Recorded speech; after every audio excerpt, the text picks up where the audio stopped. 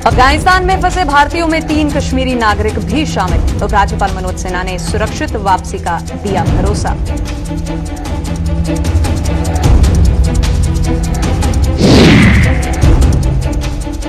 Dry fruit खाने के शौकीनों के लिए आई बुरी खबर। अफगानिस्तान के हालात से कीमतों में बेतहाशा वृद्धि।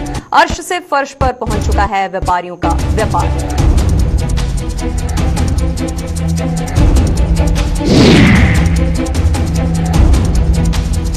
भारतीय सेना ने एक बार फिर दिया दृढ़ता और एकाग्रता का परिचय। 54 घंटों में खत्म की जज्बा-ए-तिरंगा मैराथन।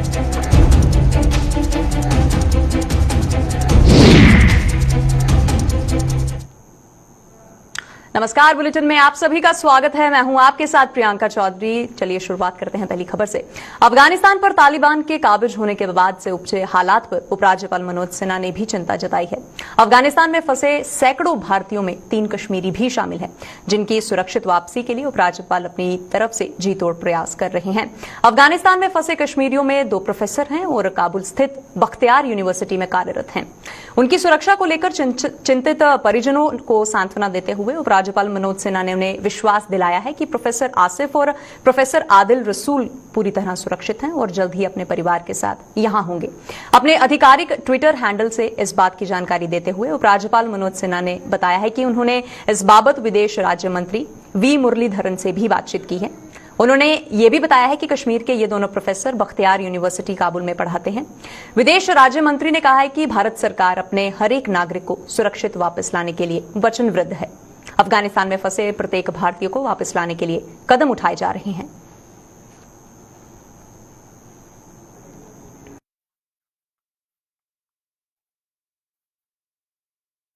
और वहीं इसी के चलते ड्राई फ्रूट खाने के शौकीनों के लिए एक बुरी खबर सामने आई है।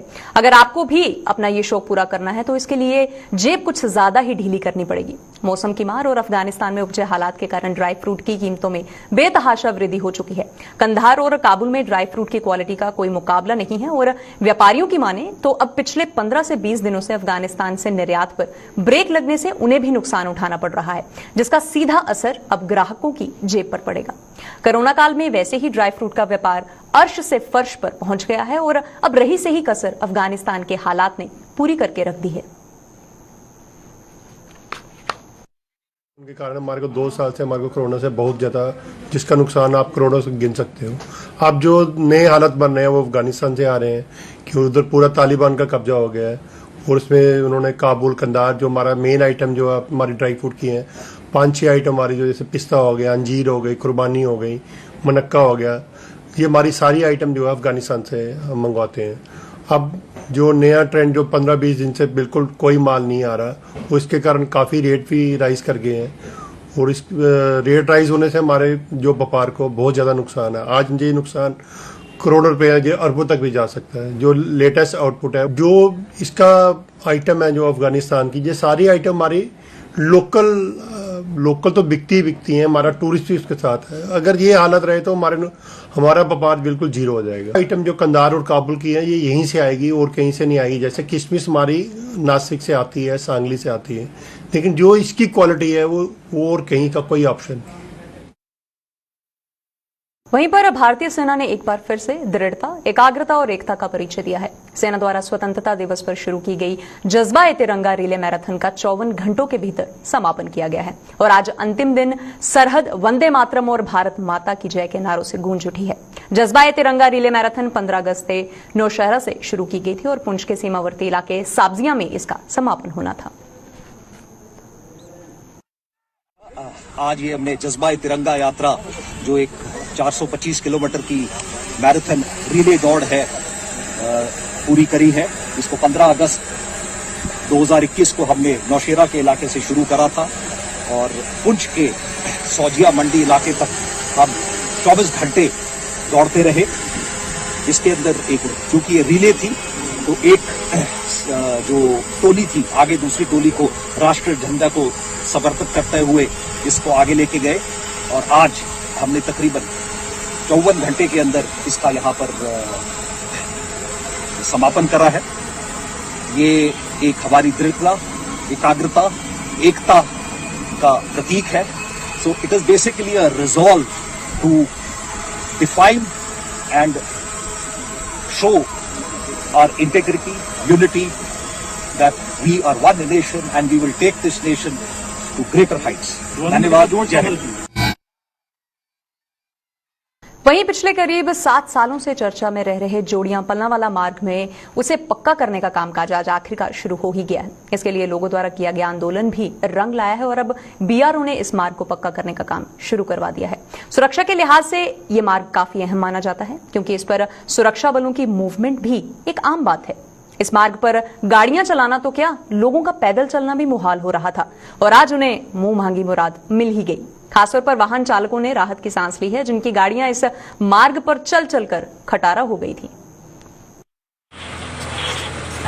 ये काम लगा है शोर कितना काम लगा साड़ियां गड्डियां कंडम होई गईयां ते 0 पॉइंट होई है सफाई दा कख नहीं आई तेल नहीं पूरा हुआ गड्डियां टुट भज बड़ी है आज ठीक है काम लगा है शोर कितना काम लगा वे साढ़े थोड़ा लो मतलब टाइम आओगे तो जाके ठीक नहीं कोई बट्टा बजा कोई के बजा मोटरसाइकिल गड्डी चलाना मार होई इत्थों दे लोकें बड़ा सारा जेड़ा अपना जेड़ा 7-8 साल का अपना जीवन जेड़ा नष्ट किया इत्थों दे व्यापार मंडल सारा तकरीबन खत्म हो गेदा और इत्थों आने का भी लोग बड़ा इ'यां अजीब ने समझते हैं कि इत्थै जोड़ियां आना है और रोड इत्थों दा अखनूर बंदा टाइम पर पुज्जी जंदा लेकिन 50 घंटे चाहिए ना ये भी लगता बड़े सारे जेडे साढ़े ग्रामीण क्षेत्र के लोग आते ना उन्हें भी हॉस्पिटल जाना होंदा और उहदे कीता बड़ी परेशानी दिक्खी जाती है। अज जेड़ा सरकार ने जेड़ा कदम उठाया ਉਹਦੇ ਕੀਤਾ सरकार का बड़ा बड़ा धन्यवाद लेकिन सरकार ने अज कोल 7 साल पहले करवाना चाहिए था। ये किता साड़ी जेड़े जेड़ा अर्थव्यवस्था ही वो 7 साल पिछा अज जी पिछा होनी चाहिए थी वो अज हवा करती है। मैं स्पैशल ये किता जी भी एडमिनिस्ट्रेशन इसी करवा करती वह बड़ा बड़ा धन्यवाद करवाने और जेड़े साढ़े मीडिया वाले जोड़े इन्ना जोर शोर करना इसी रोड की चुकने पहला भी बड़ा जोर शोर करना किया मैं उनका भी बड़ा बड़ा इस रोड। जम्मू के मीरा साहिब थाने के थानेदार सुल्तान मिर्जा की ड्यूटी के प्रति निष्ठा और ईमानदारी से इस थाने के अंतर्गत आने वाले इलाकों के लोग बेहद खुश नजर आ रहे हैं। महेशिया पंचायत ने आज सुल्तान मिर्जा की पीठ थपथपाते हुए उन्हें थाने में जाकर सम्मानित भी किया और उम्मीद जताई कि इस इलाके से अपराध को जड़ से मिटाने में वह आगे भी अपना योगदान यूं ही जारी रखेंगे। बहुत ही अच्छा काम करते हैं। हमारी पंचायत में भी इन्होंने बहुत अच्छा रिस्पांस दिया है। जो नशा वगैरह करते हैं लोग इनको काफ़ी अच्छी तरह से ये डांटते हैं, उनको सुधारा है इन्होंने। और हम अपनी पंचायत महेशिया की तरफ से आज एसएच साहब को हमने मैं जो भी कर रहा हूँ अपने फ़र्ज़ के लिए कर रहा हूँ, मैं कोई एक्स्ट्रा एहसान नहीं कर रहा। तो मेरी कोशिश है कि सोसाइटी से इवल के तो हम ये हमारी पब्लिक की है तो हमें इंफॉर्मेशन फ्लो देती है। इनकी इंफॉर्मेशन की वजह से हम लोग भी ट्रैक कर सकते हैं, उन तक पहुंचते हैं। हमारे अपने लिंक्स भी हैं, अपने लड़के भी सिविल में रख के हम वो भी कोशिश करते हैं कोई इनपुट निकालें। तो ओवरऑल पब्लिक हमारी बड़ी कोऑपरेटिव है, सब कोऑपरेट कर रहे हैं। तो हमें उम्मीद है कि वो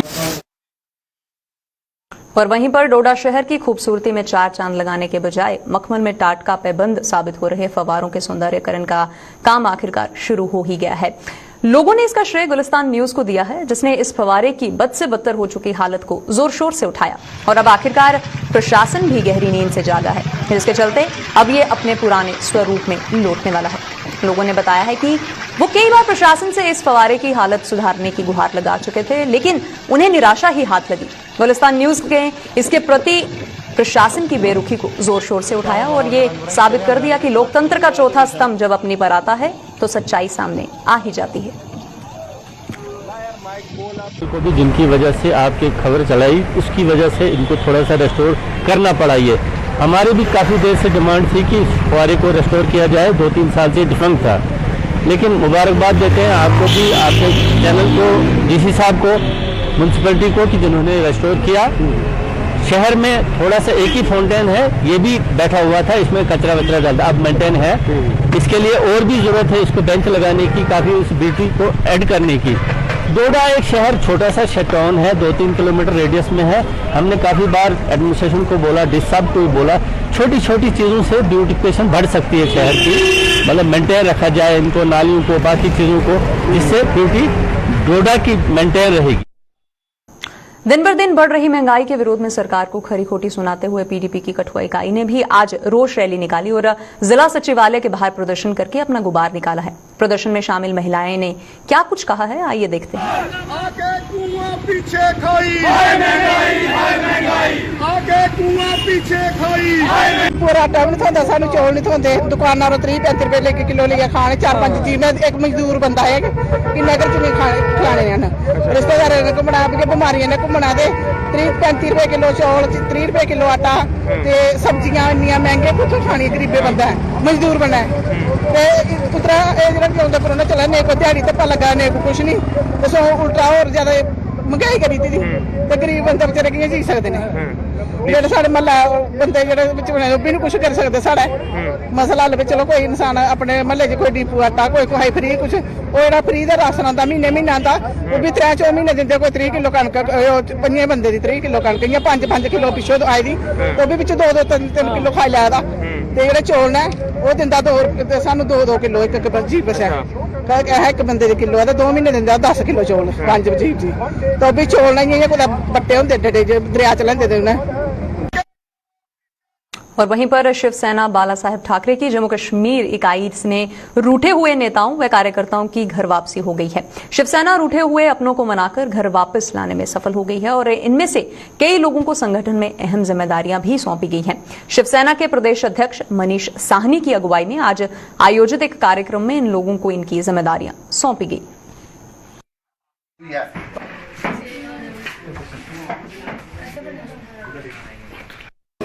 शिवसेना बाला साहब ठाकरे जम्मू कश्मीर इकाई की आज की जो हमारी पत्रकार वार्ता है, आज हमारे कुछ नेता जो गुमराह हो चुके थे विपक्षी पार्टियों के बहकावे में आकर, उनकी जो है घर वापसी हुई है। शिवसेना उनका स्वागत करती है।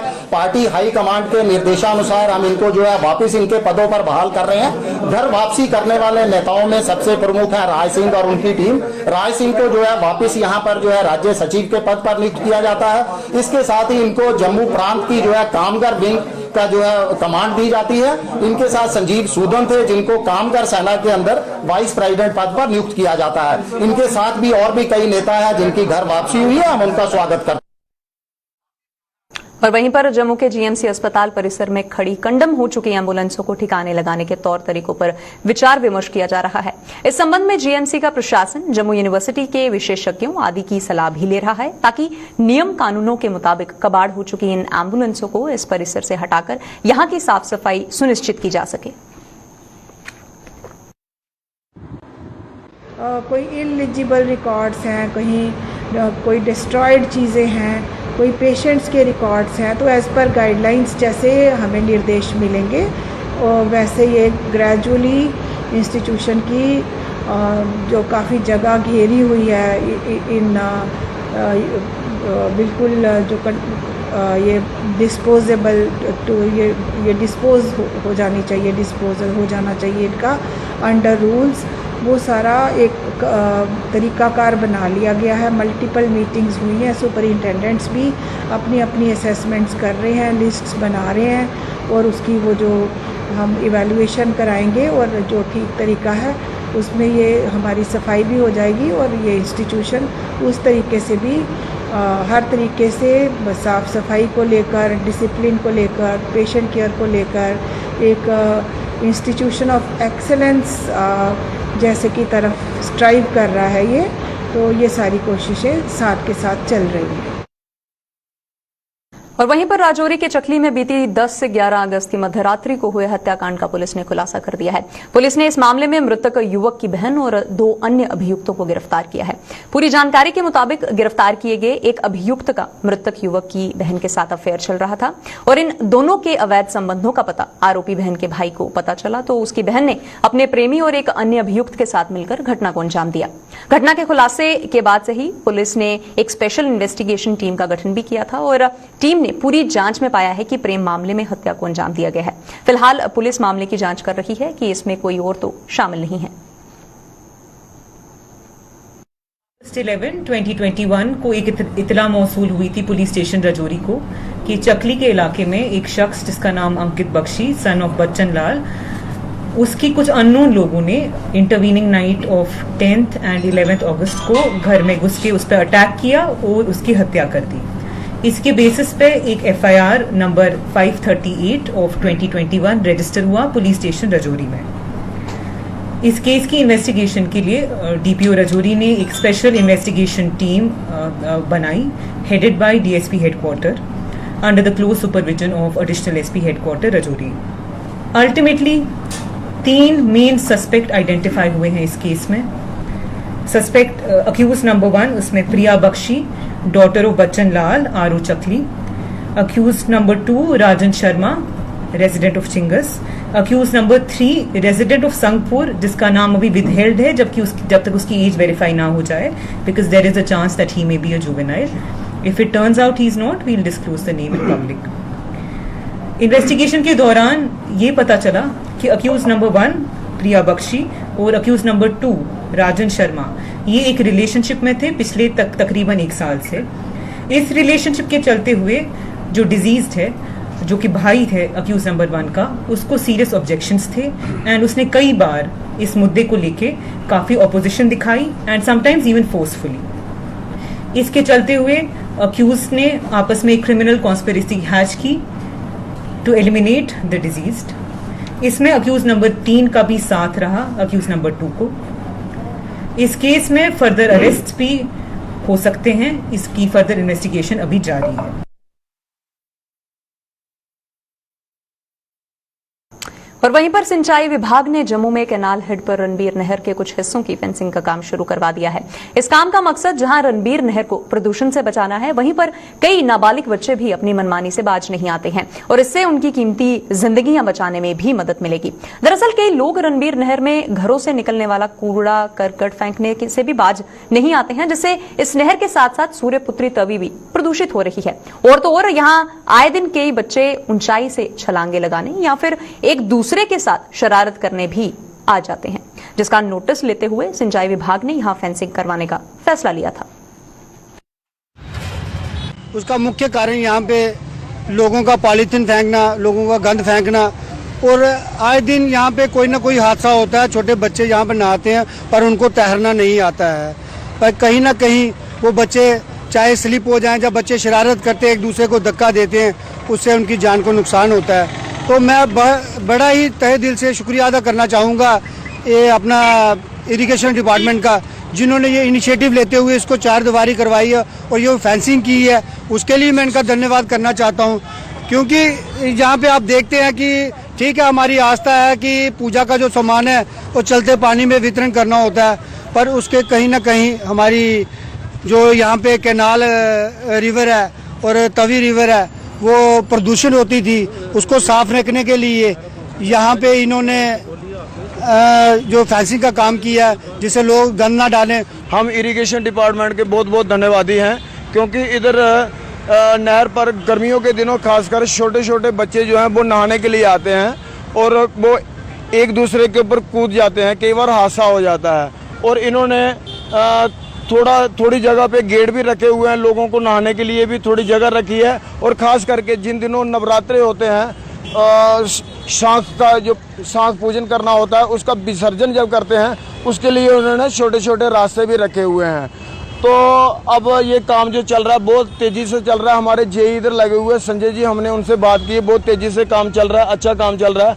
हम गवर्नमेंट से दरख्वास्त करते हैं, रिक्वेस्ट करते हैं कि जैसे ये नहर पर फेंसिंग हो रही है या चनाब दरिया के दूसरे पुल पर जो फेंसिंग हुई है, इसी तरह से जम्मू तवी के ऊपर तीनों जो ब्रिज हैं हमारे, उनके भी दोनों तरफ ऊंची ऊंची फेंसिंग होनी चाहिए। क्योंकि आपने देखा और पढ़ा और सुना है कि आए दिन उधर पुल के ऊपर से लोग कूद करके अपनी जान दे देते हैं। अगर फेंसिंग हो जाएगी तो इस तरह के जो हादसे हैं उनसे बचा जा सकेगा। जम्मू के जीएमसी अस्पताल और इसके अन्य सहयोगी अस्पतालों में कोविड वैक्सीनेशन की प्रक्रिया जोरों शोरों से जारी है। कोरोना की संभावित तीसरी लहर से बचाव के लिए इस वैक्सीन को ही एक कारगर हथियार माना जा रहा है और यही वजह है कि स्वास्थ्य विभाग उन लोगों से बार बार इस सुविधा का लाभ लेने का आह्वान भी कर रहा है जो अभी तक वैक्सीन नहीं ले पाए हैं।